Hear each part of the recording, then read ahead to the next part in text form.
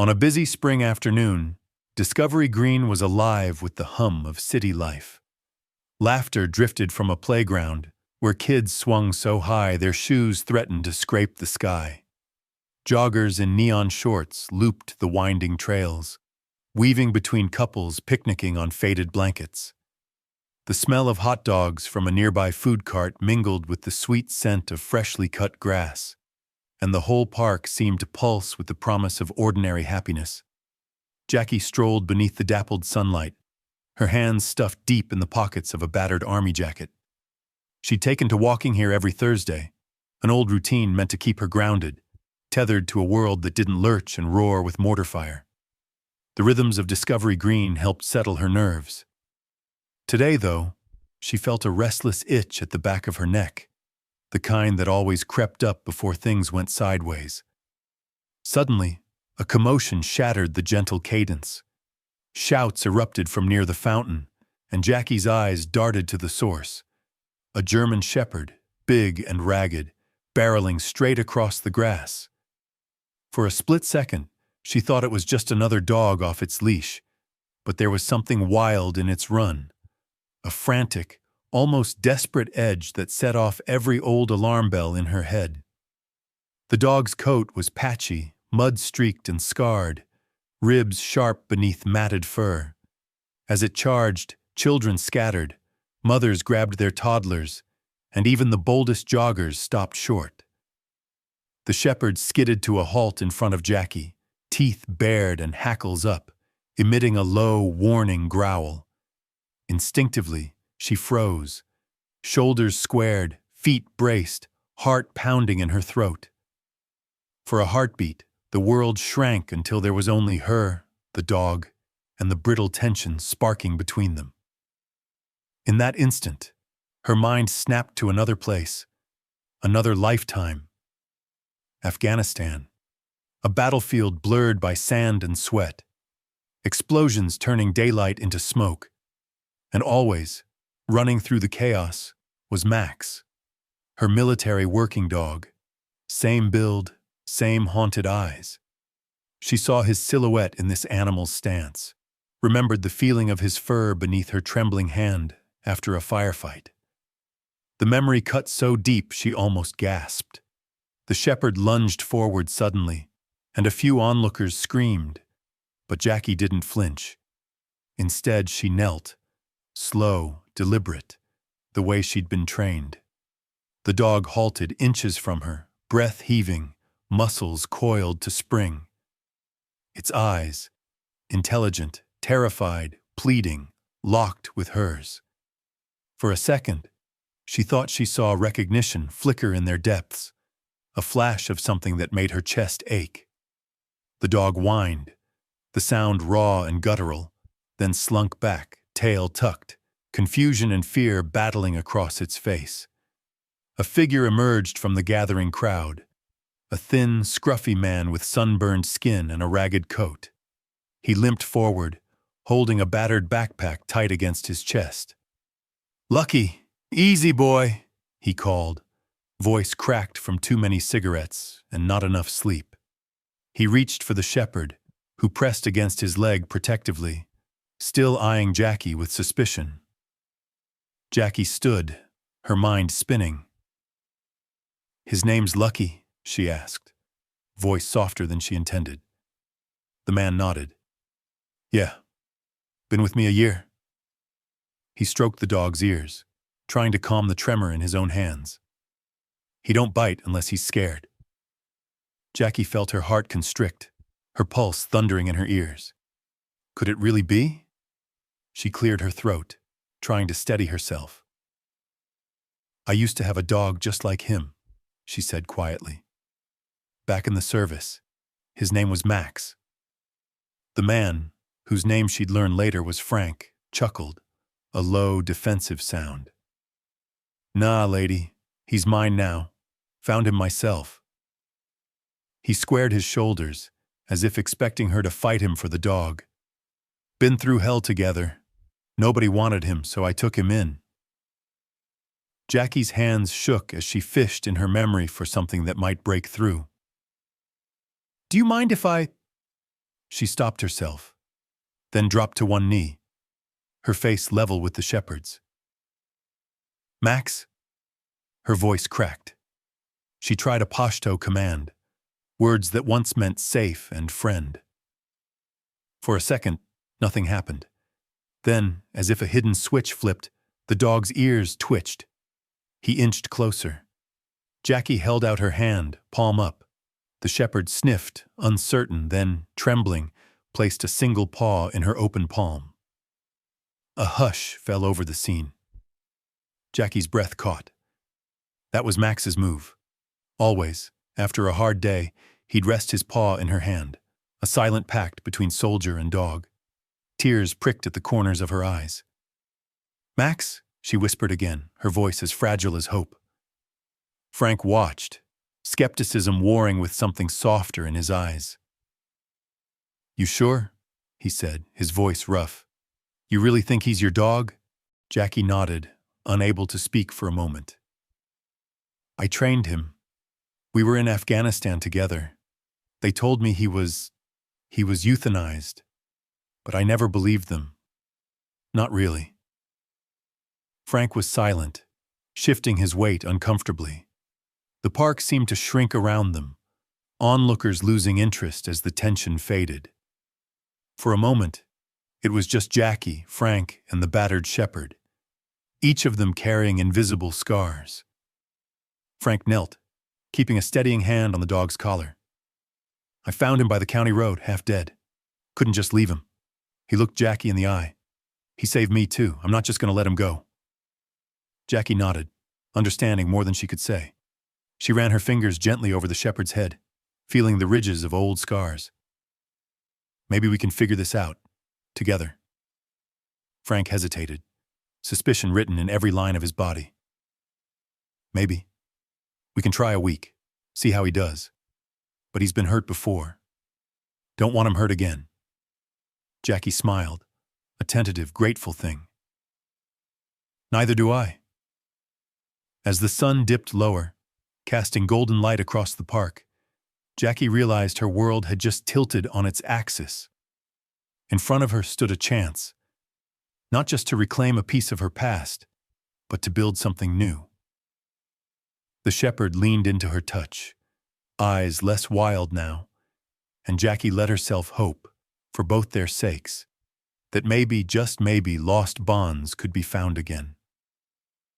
The air felt heavier as Jackie and Frank left the crowded park behind, Lucky, tugging between them on a weathered leash. Jackie tried to steady her breathing, but her mind ran wild with memories and questions, each step away from Discovery Green feeling more surreal than the last. Frank glanced at her, suspicion written deep in the lines around his eyes. He walked with a limp that spoke of old injuries, each uneven stride a silent testament to battles fought far from the safety of springtime Houston. "So," he finally grunted, "you say you knew this dog in Afghanistan?"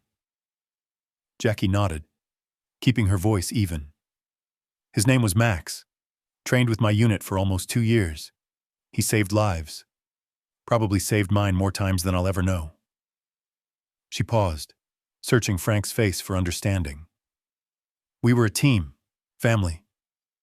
Frank's expression twisted, caught between skepticism and something almost like envy. "They told you he died?" "Yeah. Paperwork said decommissioned due to trauma. Then euthanized." Jackie looked away, jaw tightening. "But I always wondered. The way they rushed everything, never letting us say goodbye." Frank ran a rough hand through his hair. "Bureaucrats." He spat the word like poison. "Found Lucky by a ditch last year, outside the city. Thought he'd been hit by a car. No tags, barely breathing." He let out a shaky sigh. "Didn't figure I'd keep him.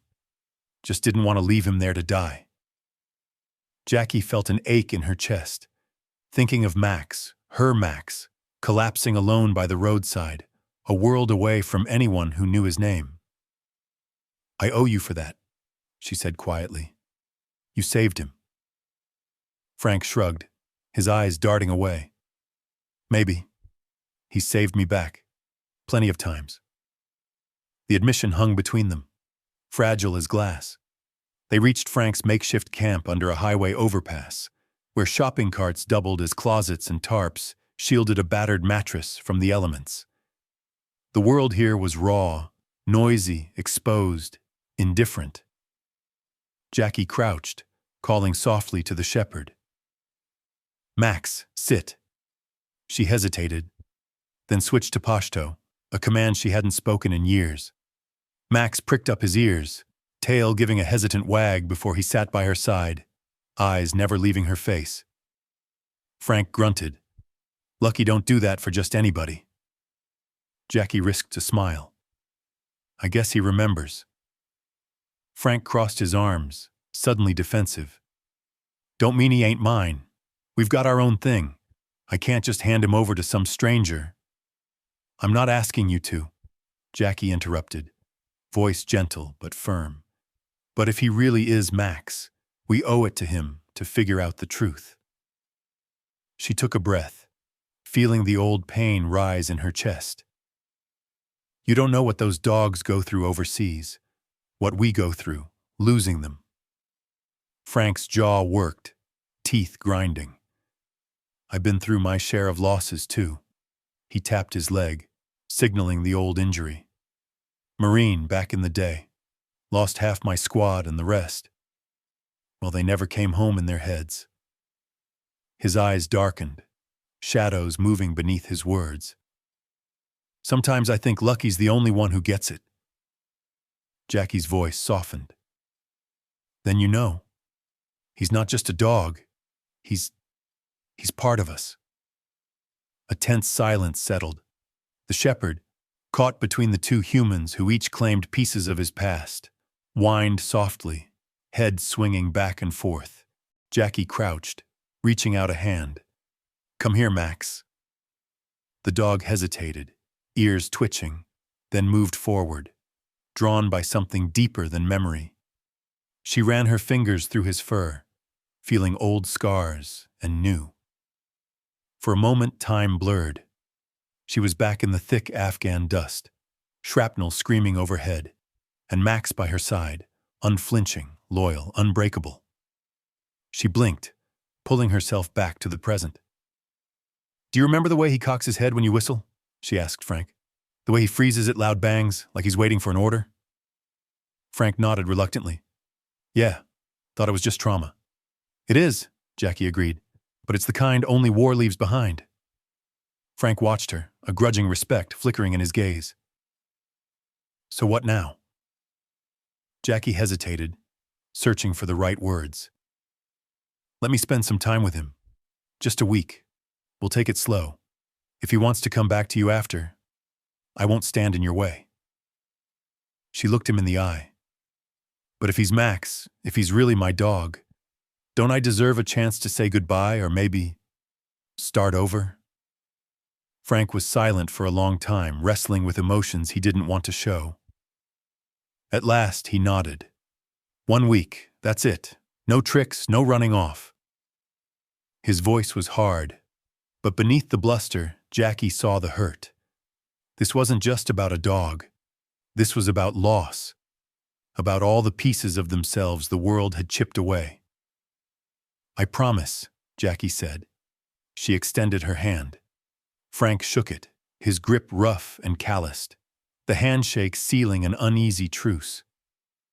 As dusk fell, Jackie led Max, no, Lucky, back to her car, heart pounding with hope and fear. She could feel Frank's eyes on her as she left, the silent warning clear. Don't break what's barely been put back together. Inside the car, Max was restless, circling the back seat before finally settling with his head on Jackie's lap.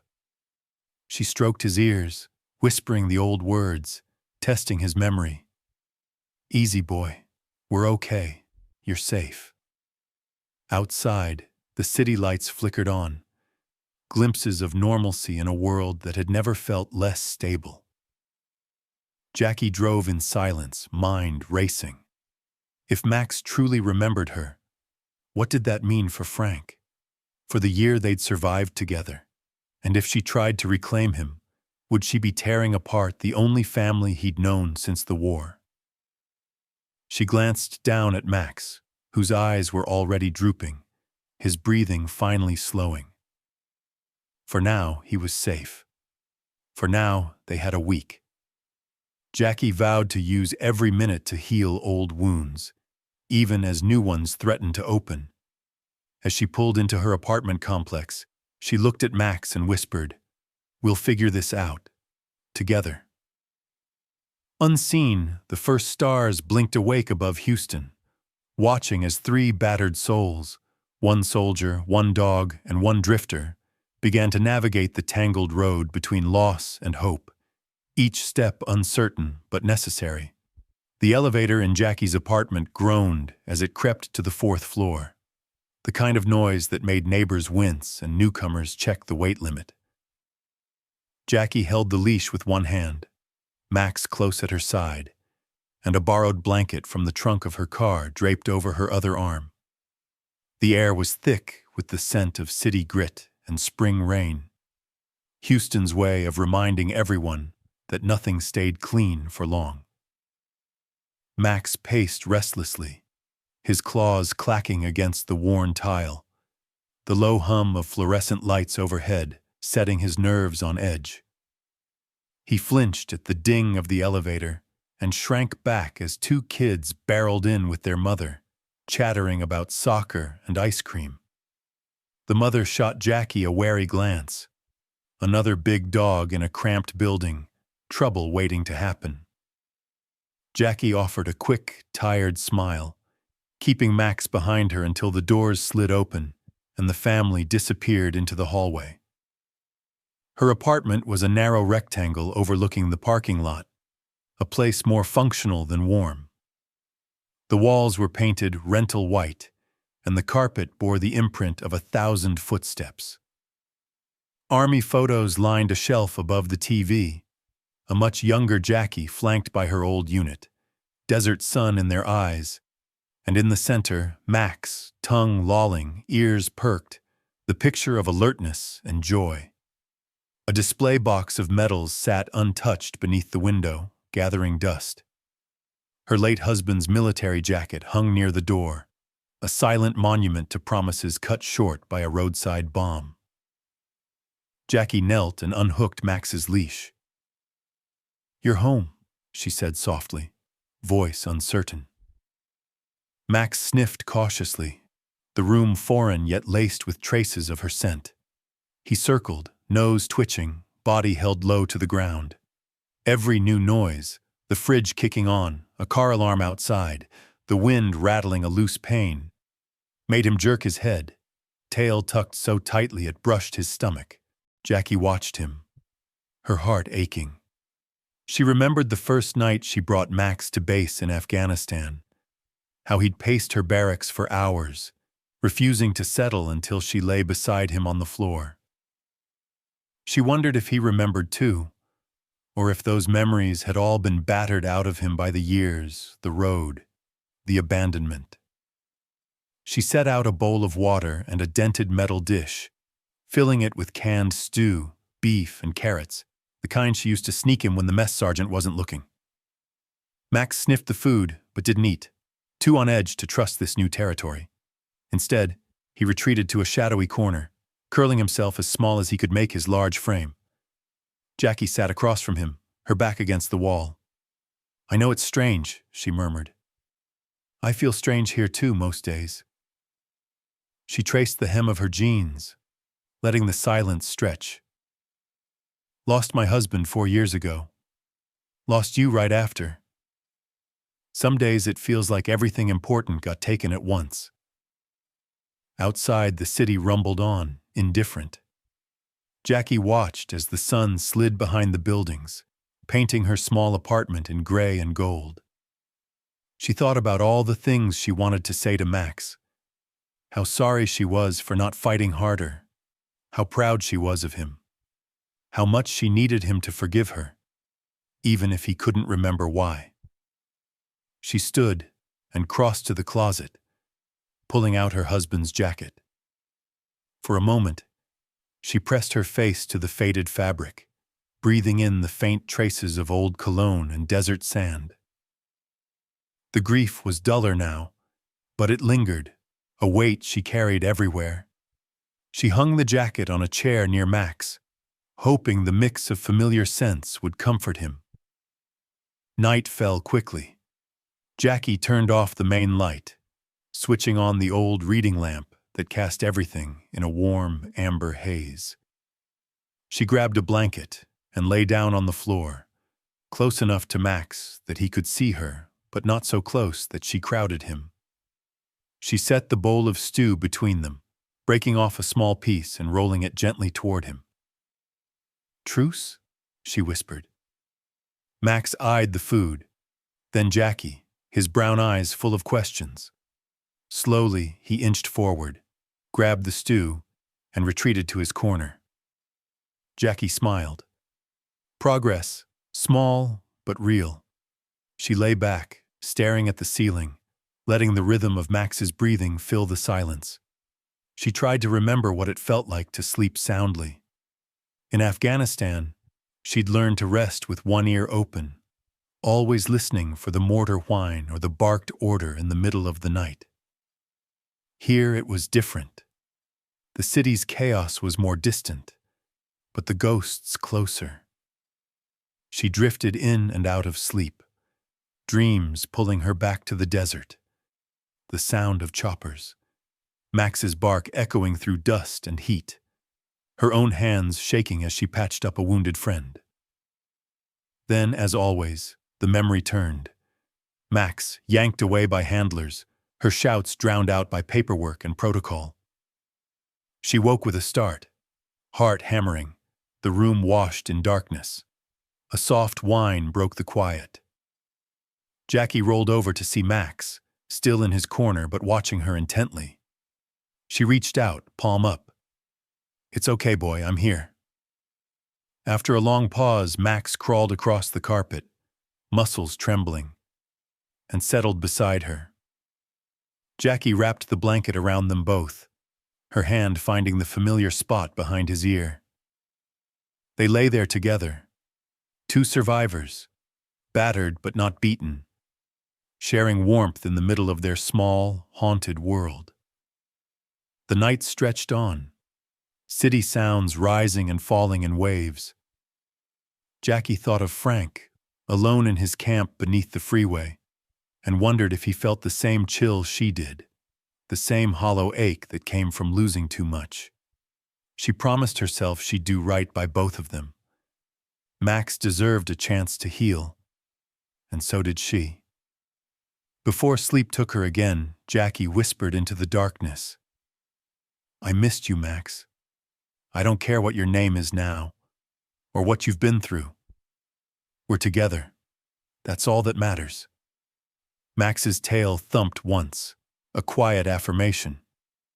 Jackie closed her eyes, letting herself hope, just for a moment, that maybe in this apartment full of ghosts, they could both find their way back to the living. The first morning with Max in her apartment was rough. Jackie woke to the sound of him pacing the tiny living room, claws scraping the floor in frantic, uneven circles. Each time she tried to approach, he dodged her hand, skittish and uncertain, his eyes always scanning for danger. It broke her heart to see him so on edge, this once fearless partner now flinching at the smallest sound. The whir of the fridge, the clang of her coffee mug, the distant wail of a siren out on Main. Jackie tried to remember everything the Army had taught her about rebuilding trust, not just with dogs, but with people battered by war. She moved slow, no sudden gestures, her voice low and gentle. "It's just us now, Max. You're safe here. I promise." Every few hours, she'd offer him a treat or just sit on the floor and talk, letting her presence become as predictable as sunrise. After lunch, she clipped the leash onto Max's collar, her hands steady but her stomach a knot of nerves. She let him out the side door of the building, avoiding the elevator, Too cramped, too noisy. On the street, Max's tail stayed down, but he walked with her, each step a test of trust. They circled the block slowly, Jackie murmuring reassurances and letting Max set the pace. At first, he jolted at every honking car and barking dog, but as the walk went on, he drew closer to Jackie's side, sometimes bumping her knee with his head, as if to check she was really there. They visited the small veterinary clinic 2 blocks away, a place run by Dr. Lena Torres, a sharp-eyed woman with a patient touch. Jackie explained Max's history as best she could: military service, possible trauma, time on the streets. Dr. Torres examined him gently, noting the old injuries, the new scars, and the thickening gray around his muzzle. "He's been through a lot," she said, her voice kind. "But he's still got a lot of good years left. He just needs time. And you." That night, after a quiet dinner, Jackie tried something new. She knelt beside Max, combing his fur the way she used to after long days on patrol. Her fingers found familiar patterns, old knots and the faint ridge of a scar near his shoulder. She talked to him, not as Lucky or Max, not as a lost dog or a stray, but as the friend who'd once shared foxholes and firefights. "I always thought I failed you, you know?" she whispered, voice barely audible over the hum of the city outside. "Failed us. Couldn't save you from the system. Couldn't save anyone, really. Not even myself." Max shifted, his eyes searching hers. He pressed his head into her lap, a silent comfort that made Jackie's throat tighten. She blinked hard, holding back tears, and kept combing his fur, feeling the old bond flicker and glow beneath the scars. The days settled into a routine.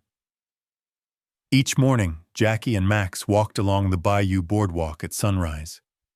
The city felt new at that hour, soft light gilding the tops of buildings, air cool and sharp, the riverbirds just waking up. The world was quiet, giving them space to breathe and begin again. Max stayed close, sometimes lagging when a runner passed or a bike zipped by, but he always returned to Jackie's side, his gait cautious but steadier with every step. One afternoon, as a storm rolled in from the west, Jackie brought out an old army duffel she'd never fully unpacked. She spread its contents on the floor: faded uniforms, a battered canteen, and a small tin full of Max's service ribbons and tags. She reached for his collar, hands trembling, and discovered something new: a metal ID tag, stamped and worn. She squinted at the faded letters. PDS 076. The number jolted her like a slap. She remembered it from the endless paperwork, the nightly roll calls, Max's military ID. She turned the tag over in her hands, the weight of all the lost years pressing down on her chest.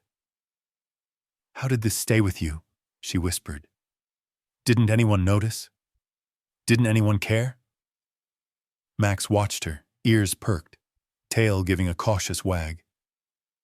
Jackie reached out and hugged him tight, burying her face in his fur. "They tried to erase you," she said, voice raw, "but they couldn't. You're still here. We're still here." That night, the rain beat against the windows in staccato bursts, thunder rattling the glass. Jackie sat cross-legged on the rug, Max curled at her feet, both of them tense but grounded in each other's company. The memories that haunted her, the roadside bombs, the frantic radio calls, the last terrible day in Afghanistan, felt a little less sharp. She knew the path ahead wouldn't be easy. Trauma didn't disappear overnight. But as she watched Max finally drift into a deep, twitching sleep, she let herself believe that healing was possible for both of them. A few days later, Jackie called Frank from the payphone near the bus stop. She updated him on Max's progress, his appetite, his cautious trust, the way he responded to old commands. Frank's voice was guarded but not unfriendly. "He's a tough one. Told you he was special." There was a pause, the sound of traffic on Frank's end. "You doing okay?" Jackie surprised herself with her answer. "Yeah, for the first time in a long while, I think I am." The next morning, Jackie and Max walked to Discovery Green at sunrise. The grass sparkled with dew, and the city was just beginning to stir. Jackie dropped to one knee beside Max, brushing the fur from his eyes. "We made it back," she murmured. "Not everyone does." She pulled out the ID tag and fastened it securely to his collar, letting the metal glint in the growing light. It was a small thing, but it felt right, a reclaiming of history, a promise that Max would never be forgotten again. As they sat together on the park bench, Jackie thought about all the stories that went untold. The heroes lost, the dogs discarded, the survivors who pieced themselves together day by day.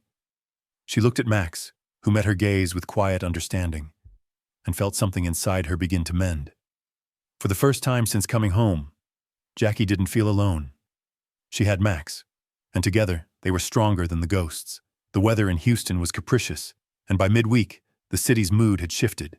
A crisp breeze carried the promise of rain, swirling leaves along the curbs as Jackie and Max strolled through Midtown, weaving between late commuters, strollers, and shopkeepers rolling up metal grates. Jackie had started taking Max out farther each day, challenging him and herself to step beyond the invisible boundaries trauma had drawn around their world. Max moved with a steady gait at her side, his head lowered but alert. Jackie noticed the change. He wasn't just following her anymore, but walking with her. When she spoke, his ears twitched, and when a car backfired or a skateboard clattered by, he tensed, but didn't bolt. They were learning, together, how to move forward. That afternoon, Jackie paused at a crosswalk, waiting for the light to change. She took a deep breath, feeling the thrum of the city and the warmth of Max pressed close to her leg. She hadn't realized how much she missed feeling safe in her own skin, how long it had been since she'd trusted herself and someone else enough to be vulnerable in public. The intersection was busy, with a handful of families headed to the playground and a group of teens lingering outside a convenience store. Suddenly, out of the corner of her eye, Jackie saw a small figure break away from the crowd, a toddler in a blue hoodie, chasing a red rubber ball that bounced into the street. The boy's mother, momentarily distracted by her phone, looked up too late. Time slowed. Jackie's instincts screamed, but before she could move, Max was already in motion, a blur of tan and black, muscle and memory. He lunged forward, leash snapping taut as he shoved past Jackie. The boy's ball rolled into the street, and the child dashed after it, oblivious to the oncoming traffic. A car screeched around the corner, horn blaring. Jackie shouted, but her voice was drowned by the chaos. Max's body tensed, his every muscle trained for moments like this. He leapt, pushing the toddler out of the way with his powerful shoulder, sending the boy tumbling safely onto the curb. Jackie barely registered the grateful sobs of the mother before she heard the sickening thud, a hollow, echoing sound, as the car clipped Max's hind leg and spun to a stop, tires screaming. The world froze. For a split second, Jackie couldn't move. She saw Max, limp and bloodied, lying motionless on the crosswalk's white stripes. The crowd erupted in shouts, someone yelling for an ambulance, another filming on their phone. Jackie pushed through the onlookers, her mind tunneling into a single point of focus. Max. She dropped to her knees beside him, heedless of the traffic or the shocked faces around her. Blood trickled from a gash above Max's paw, staining his fur and pooling on the asphalt. His breaths came short and sharp. chest rising and falling in desperate gasps. Jackie's hands trembled as she pressed her jacket to the wound, her military training kicking in through the haze of panic. "Stay with me, Max. Stay with me, buddy," she whispered, voice cracking. "You're okay. You're gonna be okay." A bystander crouched nearby, their phone aimed at the scene. Jackie heard snippets. "He saved that kid," and the sound of sirens in the distance. The boy's mother wept, clutching her son to her chest, both of them shaken but unharmed.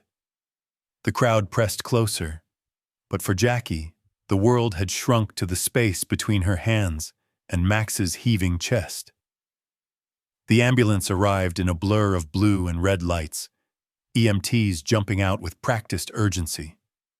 They moved Jackie aside gently, checking Max's pulse, examining his leg, working as fast as they could. "You his owner?" one asked, glancing at the ID tag on Max's collar. Jackie nodded, words tangled in her throat. "He's a hero," the EMT said, meeting her eyes. "Let's try to keep him that way." Jackie rode in the back of the ambulance, Max's head cradled in her lap, the siren's wail slicing through her memories. The hospital felt like another battlefield. Fluorescent lights, 2 bright corridors, the smell of antiseptic and fear. They rushed Max into surgery, Jackie forced to wait in a hard plastic chair, every second stretching into eternity. She sat, numb, hands still sticky with Max's blood. She watched the door, willing it to open, afraid of what might come next. She thought of all the battles they'd fought together, how Max had once pulled her from the wreckage of a Humvee, how he'd braved mortar fire to drag wounded soldiers to safety. She couldn't lose him again. Not now. Not after everything. A nurse came out, her face grave but gentle. "He's in surgery. It's bad, but he's strong. If he makes it through the next hour, he's got a chance." Jackie nodded, unable to speak, clutching the ID tag in her fist like a talisman.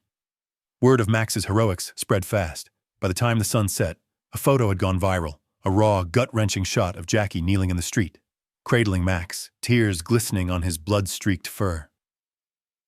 Messages flooded in. Veterans, dog lovers, strangers offering prayers and donations. The world saw what Jackie already knew, that courage doesn't fade with age or trauma, and real heroes sometimes walk on 4 legs. When Max finally came out of surgery, his leg was bandaged, his eyes glazed with pain but alert. Jackie sat beside him all night, refusing to leave. She stroked his head, whispering the old words, voice hoarse from crying.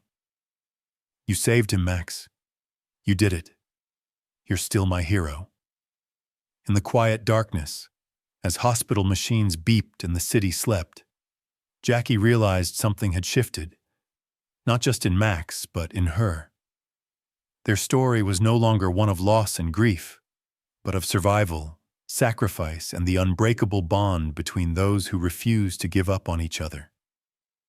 As dawn broke over Houston, Max slept soundly for the first time in years, Jackie's hand resting on his side.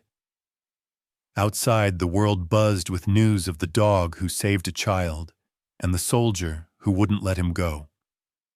A story still being written, one heartbeat at a time. The next few days blurred together for Jackie. The hospital became her whole world, a maze of antiseptic corridors, the sharp scent of medicine, and the constant beeping vigil of machines beside Max's bed. He lay curled on a clean blanket, stitches running down his hind leg, a thick bandage covering the worst of the wounds. The doctors said he was lucky. A little more force and the car would have killed him outright.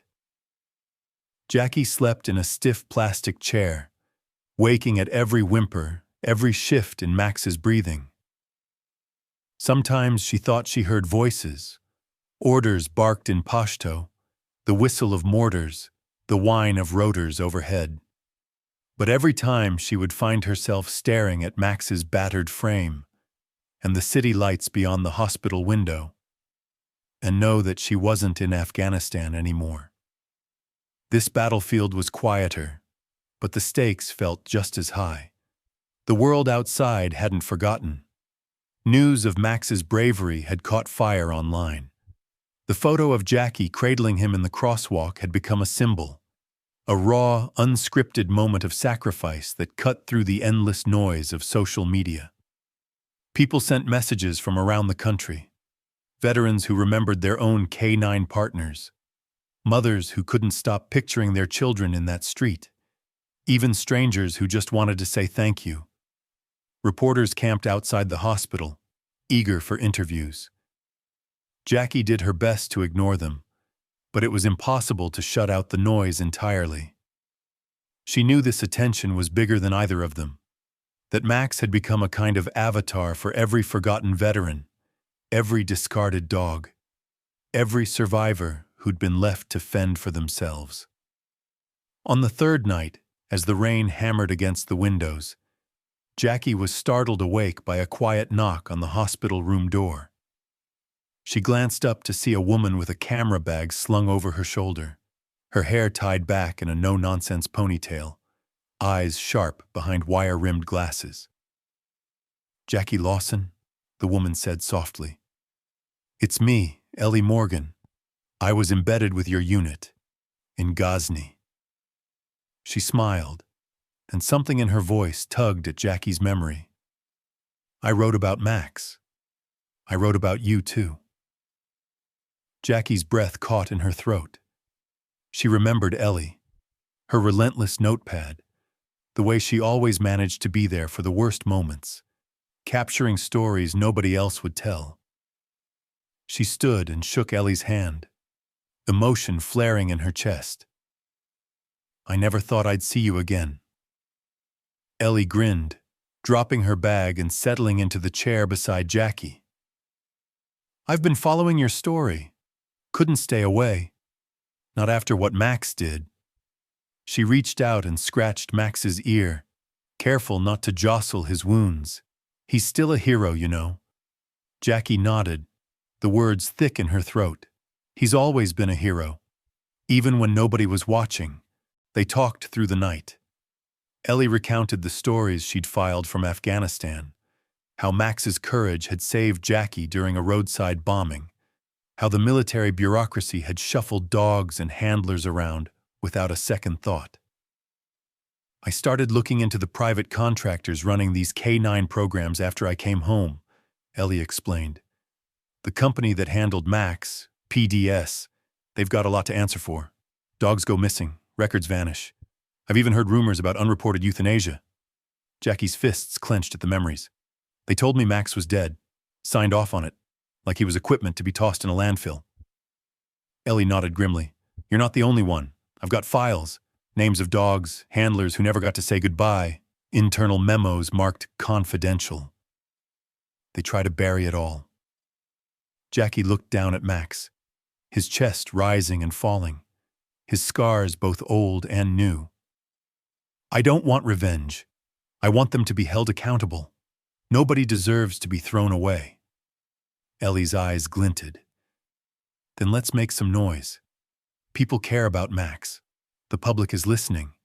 If we do this right, we can shine a spotlight on every dog they tried to erase." The next day, they started digging. Ellie brought a battered laptop and spread files across Jackie's kitchen table. Together, they scrolled through grainy photos, redacted memos, and old news reports. Max watched them from his bed, occasionally lifting his head to nudge Jackie's hand as if to say, "I'm still here. Don't give up." Ellie showed Jackie an article from years ago, a piece she'd written about Jackie and Max after that fateful bomb attack. "He pulled you out, saved your life," Ellie said softly. "You wrote me a letter afterward. Thanked me for telling the truth." Jackie remembered the dust, the screaming, the deafening silence after the blast. She remembered Max, refusing to leave her side, his body shaking but his eyes never leaving hers. She swallowed hard, blinking away tears. He never gave up on me. I won't give up on him. Together, Jackie and Ellie mapped out a plan. They would gather testimony from other handlers, reach out to animal rights groups, and build a case so solid that the authorities couldn't ignore it. Ellie's press contacts could open doors. Jackie's story could move hearts. That night, as a thunderstorm raged outside, Jackie sat with Max in her lap, combing his fur with trembling hands. She whispered stories from their time in Afghanistan, her voice steady but soft. Remember the old base? The way you used to bark at the scorpions? The way you never let me eat my rations in peace? Max's tail thumped, a flicker of the old spirit shining through.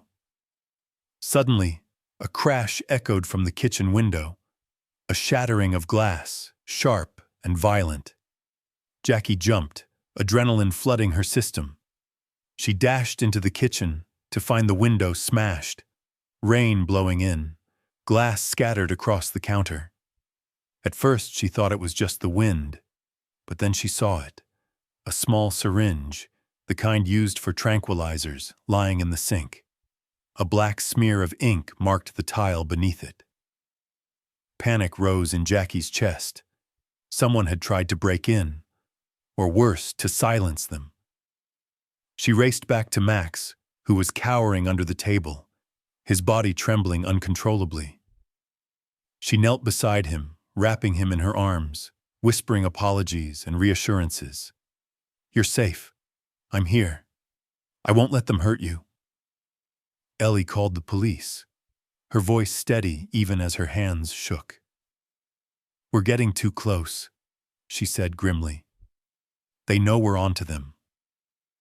The next morning, Jackie received word from Ellie. PDS's lawyers had filed an injunction, trying to block the release of any information about their K-9 program. The message was clear: back off or face consequences. Jackie stood in her living room, the pieces of her old life spread across the table, her new life trembling on the edge of disaster. She held Max close, feeling his heart race beneath his fur. "We're not running," she whispered. "Not this time." As sunlight broke through the storm clouds, Jackie and Ellie braced themselves for the fight ahead. Max was with them, scarred but unbroken, a living symbol of everything they had lost and everything they refused to let go. They were in the fire again, but this time, they had each other. Jackie never used to double-lock her apartment door, but that changed after the break-in. Now, every night before bed, she went through a ritual, checking the windows, testing the locks, pulling the curtains tight. Her body moved on autopilot, but her mind spun in relentless circles. What if they came back? What if they succeeded this time? Max was even jumpier than before. He flinched at every creak, every shadow that shifted in the hall, every stranger's voice in the stairwell. Even after the broken window was repaired and the police finished their cursory investigation, the apartment felt violated. Jackie tried to hide her fear from Max, but he felt it all the same. On the worst nights, he pressed so close she could feel his heartbeat through her own chest, their shared anxiety looping tighter with every sleepless hour. Ellie became a fixture in their lives. She crashed on Jackie's couch most nights, her phone always buzzing with messages, tips from whistleblowers, threats from anonymous numbers, updates from journalists who wanted a piece of the story. In quieter moments, Ellie admitted she was scared too. "But this is how you know you're close to something that matters," she said, voice low in the early morning dark. "They're scared of the truth." Jackie tried to believe her, but it was hard not to think of how easily truth could be snuffed out, especially by people with deep pockets and no conscience. One night, while Jackie dozed with Max curled up by her legs, a sudden bang jolted her awake. Her heart leapt into her throat. She stumbled into the kitchen, clutching a heavy flashlight. only to find Ellie in the glow of the refrigerator, pouring herself orange juice. Ellie's sheepish grin made Jackie's shoulders sag with relief. "I can't sleep," Ellie confessed. "I keep going over everything. What if we miss something important? What if they come after you again?" Jackie put an arm around her friend. "Then we keep going, together." But the threats kept coming. One morning, Jackie found an envelope slipped under her door. No stamp, no return address. Just a single line typed on a strip of paper. "Drop the story or lose the dog." Jackie's hands shook. She sat on the floor, Max pressed against her, trying to make sense of her options. Should she go to the police? The last time they'd shrugged and filled out a report. Nothing more. Should she run, take Max and disappear? But she was tired of running. She'd run from grief, from loss, from the memories that haunted her sleep. Not this time. She called Ellie, who came running, her anger barely contained. "They think they can scare us off," she spat, pacing the apartment. "But we're not alone, Jackie. People care about this story. We have the truth and the world's attention." Still, Jackie couldn't ignore the danger. She changed her daily routine, never walking Max at the same time or along the same route 2 days in a row. She avoided dark alleys, stayed close to crowds, and watched for unfamiliar faces. Every time she glanced over her shoulder, she expected to see a shadow in pursuit. But the threats only seemed to deepen her resolve. Jackie remembered the battlefield, how terror could freeze you in place, but also how it could fuel you, sharpen you, push you to protect those you loved at any cost. "We didn't survive all that just to be scared back into silence," she whispered to Max one night, her voice a lifeline in the darkness. Then another blow. Ellie's laptop was stolen out of her car, despite being hidden under the seat. All her notes, recordings, and research gone. Jackie could see the panic in Ellie's eyes as she retraced her steps, desperate to recall every detail she'd lost. "They're trying to erase us," Ellie said, her voice trembling with frustration. "But they can't erase what's already out there.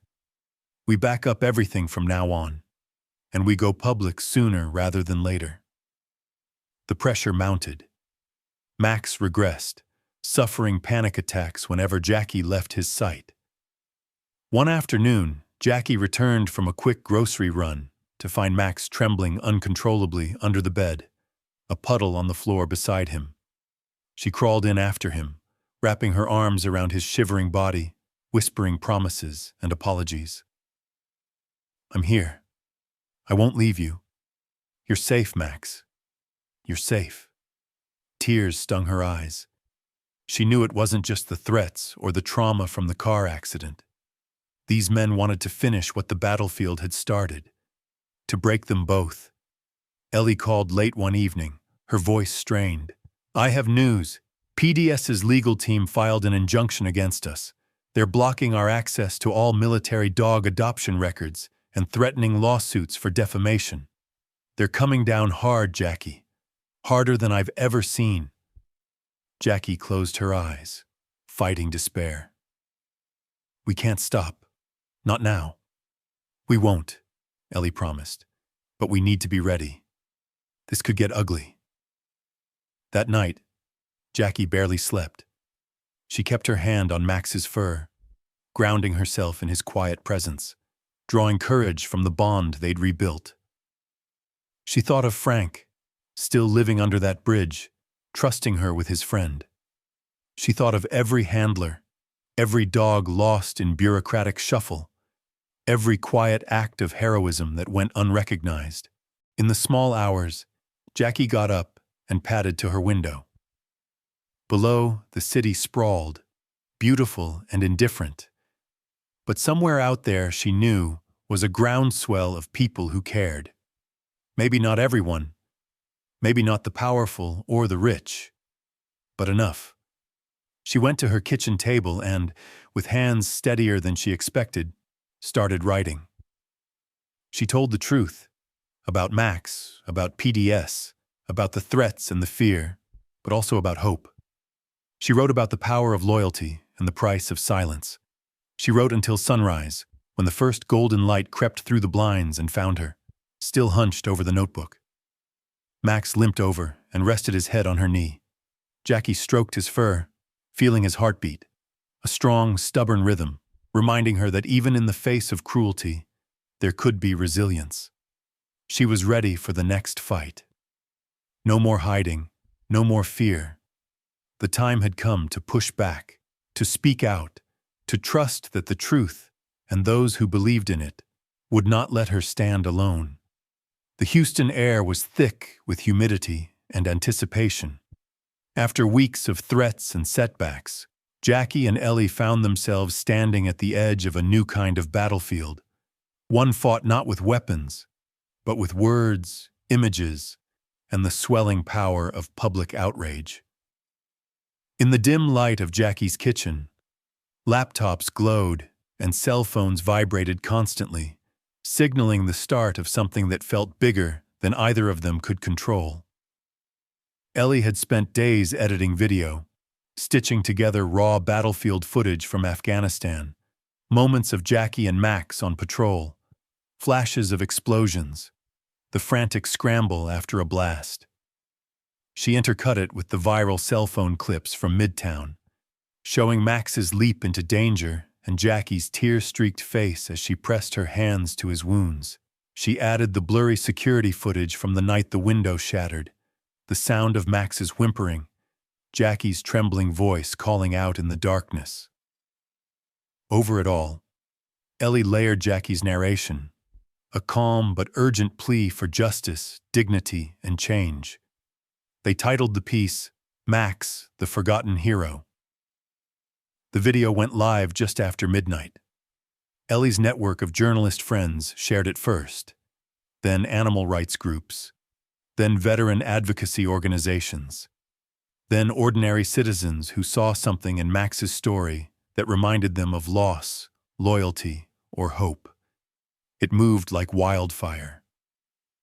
By sunrise, their inboxes were flooded with messages of support, outrage, offers of help, and stories from other handlers and families who'd lost dogs to the same broken system. For the first time since returning from the war, Jackie felt the invisible wall of her loneliness crack. She wasn't just fighting for Max anymore.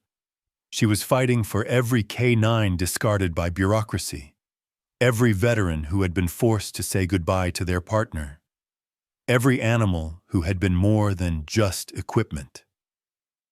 She scrolled through comments and watched as strangers argued fiercely on her behalf. Some were angry, some heartbroken, but all agreed on one thing. What happened to Max was wrong. That day, local news vans parked outside Jackie's building. She was asked for interviews. Sometimes she said yes. Sometimes she sent Ellie out instead. The city seemed to pulse with the story. Bartenders at corner bars showed the video on repeat. A muralist downtown started painting Max's likeness on the side of an abandoned store. And students at the university staged a demonstration with cardboard cutouts of dogs, demanding change. The real tipping point came when a popular morning talk show picked up the story. The hosts replayed the rescue footage, then interviewed Jackie live via video feed. She sat on her worn couch, Max resting his head in her lap, the sunlight catching the gray in his muzzle. The host leaned forward, his voice gentle. "Jackie, what do you want people to understand about Max and dogs like him?" Jackie took a steadying breath. "I want people to know these animals aren't disposable. Max isn't just a tool. They never are. He's a hero. He saved lives overseas and again here at home. All we want is to give these dogs the dignity they've earned. They deserve love, respect, and a chance to live out their lives in peace. not to be thrown away when they're no longer useful. The interview struck a nerve. By afternoon, hashtags like #Justice4Max, #K9Dignity, and #HeroesWithPaws were trending nationwide. Pet adoption agencies saw spikes in applications. Veterans organizations called for reforms. A congressional subcommittee on military animal welfare contacted Jackie, inviting her to testify about her experience. PDS, caught off guard by the tidal wave of attention, scrambled to control the damage. They issued a carefully worded statement. PDS cares deeply about the welfare of all service animals in our programs. We are reviewing our procedures to ensure the highest standards of care. But their efforts rang hollow, especially when former employees and handlers began coming forward, some anonymously, some publicly, to share stories of lost paperwork, cover-ups, and missing dogs. One afternoon, Jackie and Ellie were invited to a meeting at the local office of an animal rights group. The conference room buzzed with energy. Legal experts, advocates, volunteers, even a pair of retired police officers who'd adopted their own K9 partners. "We've been waiting for a case like this," said the group's director, a woman with fierce eyes and a gentle voice. "You've given this fight a face, Jackie. Now let's win it for all of them." Plans spun quickly into action. Coordinated calls to lawmakers, letter-writing campaigns, petitions that gathered tens of thousands of signatures in hours. They even organized a candlelight vigil in Discovery Green, the park where it all began, inviting the public to honor Max and every other dog who had served. Jackie stood at the edge of the crowd, Max limping but proud at her side, as dozens of strangers held up candles and photos of their own four-legged heroes. Ellie documented every moment, her camera capturing tears, smiles, and the unwavering resolve in Jackie's eyes. When someone asked her what kept her going, Jackie looked down at Max and smiled. "He never gave up on me. I'm not giving up on him." Still, there were moments of doubt. Late at night, when the cameras were gone and the crowds dispersed, Jackie lay awake, worrying. Would it be enough? Would PDS find a way to wriggle free? Would someone else try to scare them into silence? Sometimes Max would whimper in his sleep, caught in dreams of battles long over, and Jackie would stroke his head, whispering the same words over and over. "You're safe. I've got you. We're not alone anymore." When the congressional invitation arrived, a real letter, stamped and official, Jackie cried for the first time since the shooting in Midtown. Ellie hugged her, and even Max seemed to sense that something big was happening. On the eve of Jackie's trip to Washington, the local news ran a special segment called Heroes Among Us. The anchor closed with a simple message. Sometimes it takes a single act of bravery to remind us what's worth fighting for. Jackie sat beside Max, watching the city lights flicker through her window, and allowed herself to hope. For the first time, it felt like the world was listening. The fight wasn't over, but Jackie and Max were no longer alone, and the power of their story had become a beacon, guiding others to speak out, demand justice, and believe that even the forgotten can become heroes again. Jackie had never been to Washington, D.C. before. She'd seen it on TV, shiny, distant, a city of marble and history, power and pretense. But nothing prepared her for the sheer scale of it as she stepped from the taxi with Max at her side. The Capitol's white dome shimmered against a cloudless sky. A crowd had gathered outside the Senate office building, cell phones raised, homemade signs bobbing above heads. "Protect our K9 heroes. Max deserves justice. Service not disposable." Inside, a staffer guided Jackie and Ellie through labyrinthine corridors, past portraits of presidents and senators. Max, bandaged but dignified, moved quietly at her side. He wore his old collar with the PDS-076 tag, and as they passed, even the jaded congressional aides offered respectful nods. For once, Jackie didn't feel invisible. For once, she felt like the weight she carried was seen and honored. The hearing room was packed, cameras everywhere, lawmakers in suits, rows of reporters, activists, and veterans. Jackie's palms sweated, but her mind was sharp. She'd written her testimony 100 times in her head, but now that the moment had arrived, she realized nothing could prepare her for the reality. Still, she had Max beside her. He looked up, brown eyes steady, as if to say, "You've got this." The chairwoman called the session to order. Ellie sat behind Jackie, her notepad open, face intent.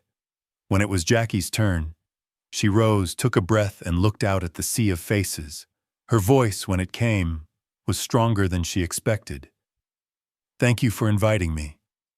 My name is Jackie Lawson, and this is Max, PDS 076, though to me he's always just been Max. He served with me in Afghanistan. He saved my life and the lives of my friends. When he was retired, I was told he'd been euthanized, lost to paperwork and protocol. But he wasn't. He survived, but just barely, discarded like he was nothing. It took me years to find him again. We both carry scars. Some you can see, some you can't." She paused, holding up Max's battered tag for all to see. "I'm here because Max is not alone. There are hundreds, maybe thousands of working dogs like him, lost in the system, denied the dignity they've earned. When their service ends, too many are put down, given away, or abandoned. Their handlers, their families. We grieve them, but the world never sees."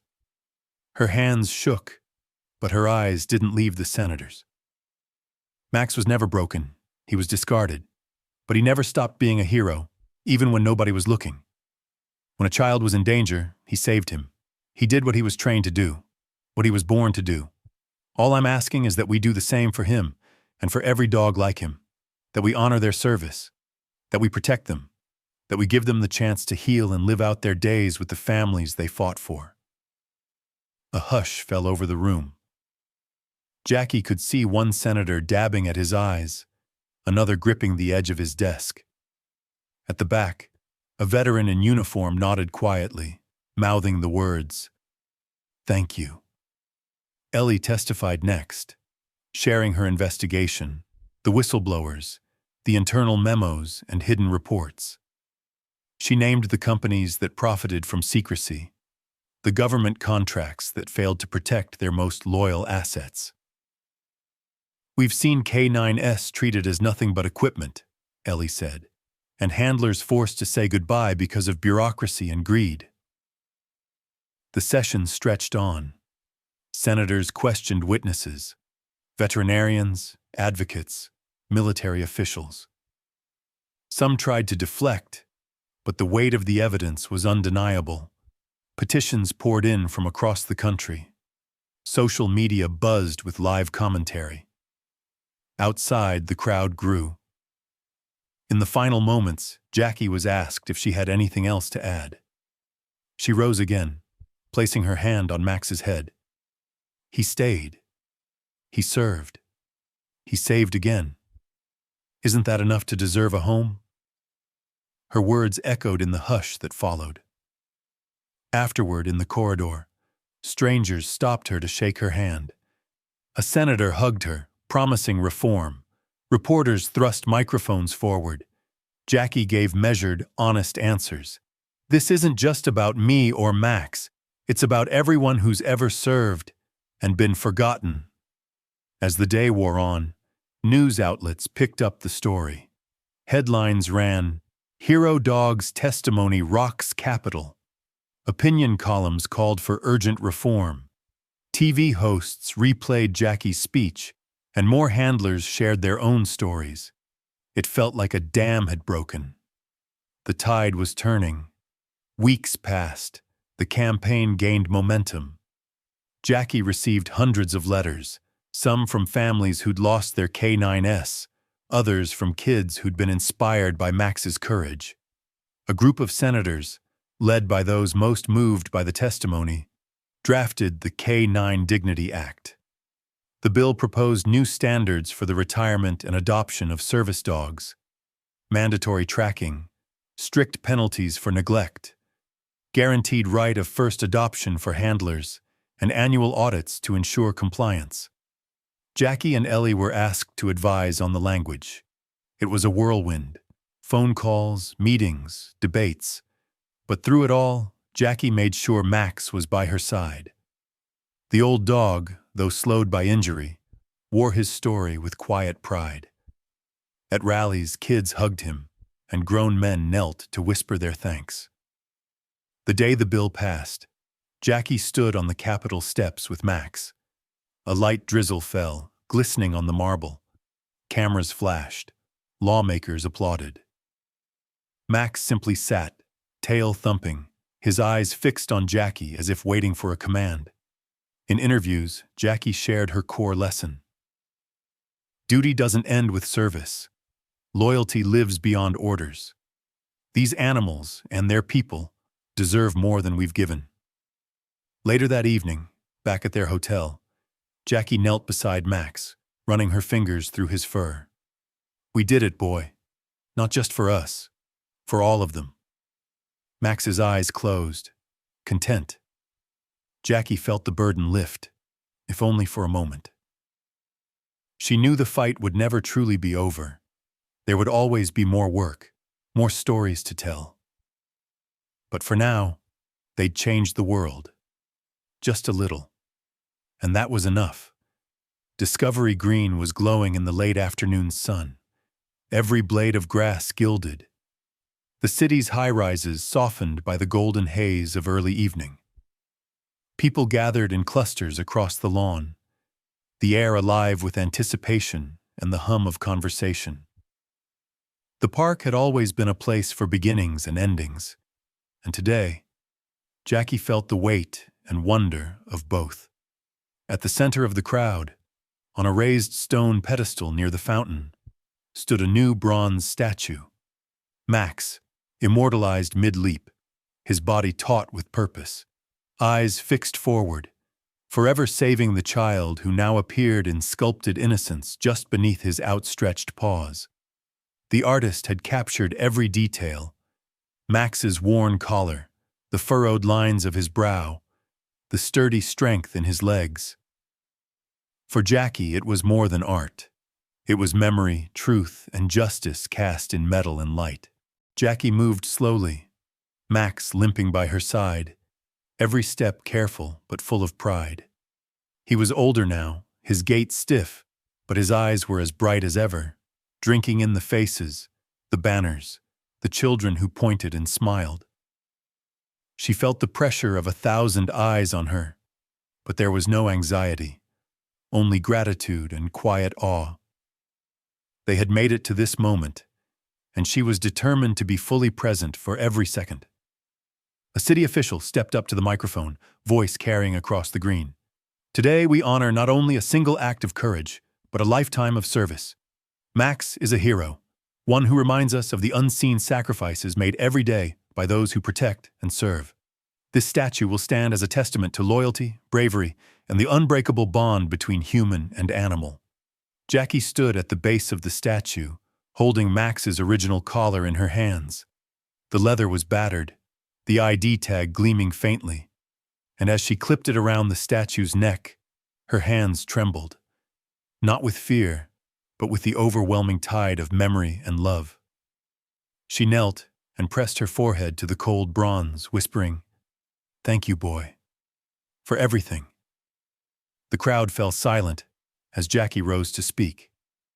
She looked out at faces, old friends, new allies, people she'd never met, but who had followed Max's journey as if it were their own. The camera lights were steady, waiting, but Jackie didn't think of them. She thought of Frank, who watched from the edge of the crowd, hat in hand, tears streaming down his weathered face. She thought of Ellie, camera slung over her shoulder, her smile encouraging, her resolve unshaken. Most of all, she thought of every handler, every soldier, every dog who never made it home. Jackie's voice was steady, resonant, and full of conviction. Max taught me that loyalty doesn't retire, that healing isn't about forgetting. It's about choosing to rebuild, even when it hurts. We're here because he refused to give up. Because even when the world turned its back on him, he kept fighting. Not for medals or statues, but for the chance to be loved, to belong. She looked down at Max, who sat proudly at her feet, tail sweeping the grass. There are so many more out there, dogs who served, who gave everything, and who now need us to stand up for them. If you see a hero, in fur, in uniform, in your own family, don't walk away, reach out. Be the one who remembers. Be the one who makes a difference. The applause was gentle at first, then grew into a wave, echoing off the skyscrapers and rolling through the park. Jackie felt Max's head press against her hand, his body leaning into her warmth, and for a moment, she let herself cry. Not out of sorrow, but from the fullness of a heart that had carried too much, for too long, and had finally found peace. As dusk settled, Jackie wandered the park with Max, people stopping to thank her, to kneel beside Max and whisper their own stories of loss, of healing, of hope reborn. Kids pressed hand-drawn pictures of dogs into her hands. Veterans saluted quietly, their eyes shining with understanding. At the statue's base, a line formed. Strangers, each leaving something behind. A dog tag, a photo, a handwritten note.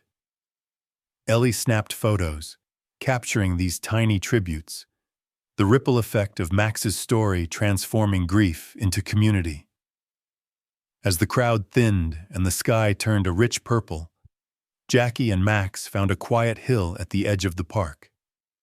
They sat together, watching the city lights flicker on, the statue shining in the last rays of sun. Jackie took a deep breath, letting the air fill her chest, letting go of the ache that had lived there for so long. She spoke softly, not needing anyone else to hear. "We're home, Max. We finally made it." He rested his head in her lap, his breathing steady, his eyes half closed. She stroked his fur, feeling every scar, every memory, every hard-won moment of healing. Jackie thought of everything they'd survived: wars, separation, loss, and fear. She thought of what they'd gained: new friends, a changed law, a second chance for so many others. The K-9 Dignity Act was more than a law.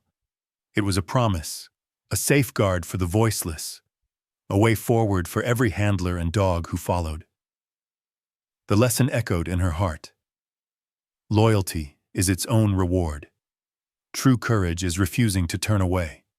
Healing is an act of will, choosing day after day to love and be loved, no matter the cost. As the stars emerged, Jackie stood, Max rising with her. She hugged him tight, feeling the world settle around them.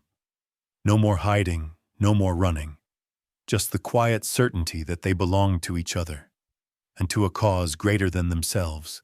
Jackie turned, waving goodbye to the statue, to the memories, to the city that had finally seen them for who they were. Together, she and Max walked into the night, a veteran and her faithful partner, side by side. Not just survivors, but healers, builders, beacons for every lost soul still searching for home. Their story would not be forgotten. It lived in every heart that dared to hope, to fight, to rebuild, and in the gentle thump of Max's tail as he walked, unafraid, into the rest of his life.